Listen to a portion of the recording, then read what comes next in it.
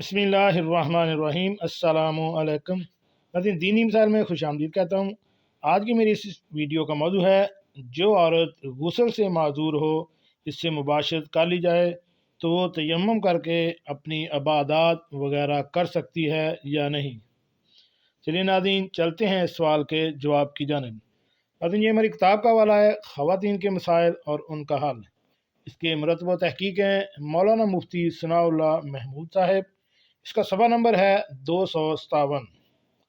ناظرین، سوال یہ ہے کہ جو عورت غسل سے معذور ہو، اس سے مباشرت کرنا کیسا ہے؟ یعنی ایک عورت دائمۃ المریضہ ہے، غسل سے معذور رہتی ہے اور کمزور بہت ہے، غسل سے تکلیف ہو جاتی ہے، مگر خاوند ضرورتاً ہم بستر ہو گیا اور اسے کہا کہ غسل کی نیت سے تیمم کر کے نماز پڑھتی رہنا تا وقتیہ غسل نہ کر سکو، تو کیا یہ جائز ہوگا؟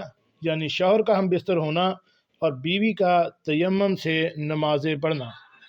تو ناظرین، سوال کا جواب یہ ہے کہ یہ صورت جائز ہے، شوہر کا ہم بستر ہونا بھی اور بیوی کے لیے تیمم سے نمازیں پڑھنا بھی جائز ہے۔